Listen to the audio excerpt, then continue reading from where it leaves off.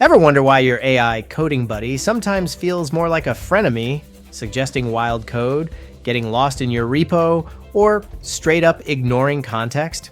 Been there, debugged that. If you're stuck between Windsurf, Cursor, and Copilot, let's have some real talk. After weeks of testing all three, yes, I broke stuff so you don't have to, here's my honest breakdown for anyone who just wants to build cool stuff, not battle their tools.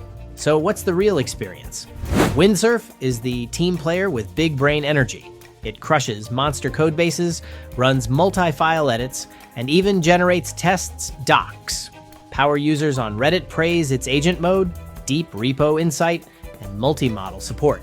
But if you just need a quick helper, you might feel lost at first, or wait out some lag on massive projects.